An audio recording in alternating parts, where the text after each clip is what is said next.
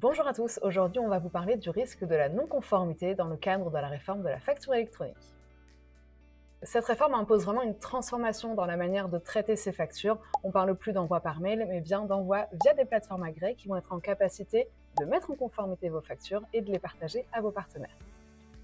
Les nouvelles obligations vont passer justement par le fait de passer par des plateformes agréées, de respecter les formats standards, d'être en capacité de s'échanger des statuts de cycle de vie pour donner de la visibilité, et également de partager un e-reporting, donc tout un tas de données reportées à l'administration fiscale.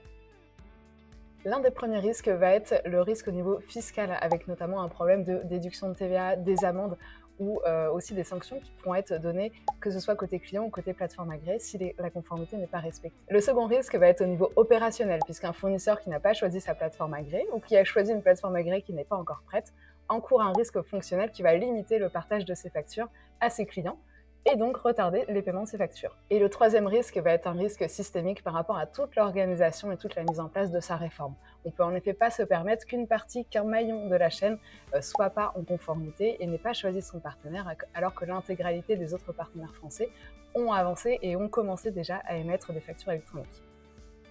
Parmi les sanctions que l'on peut noter, il y a notamment celles liées à l'émission des factures non conformes, avec une sanction de 15 € par facture qui serait non conforme, dans la limite de 15 000 € par an. Également, au niveau des e-reporting, une sanction de 250 € sera appliquée par e-reporting manquant. Des sanctions seront également appliquées si vous n'avez pas encore choisi votre partenaire plateforme agréé.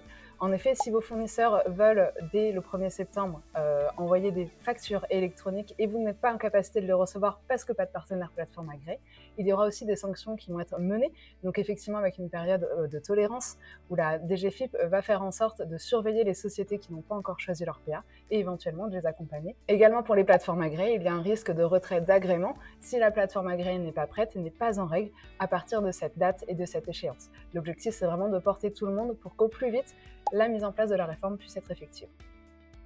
Au-delà des sanctions, les impacts pour les entreprises vont être notamment le rejet des factures, le retard de paiement et le blocage en fait de toute cette chaîne de dématérialisation de la facture électronique.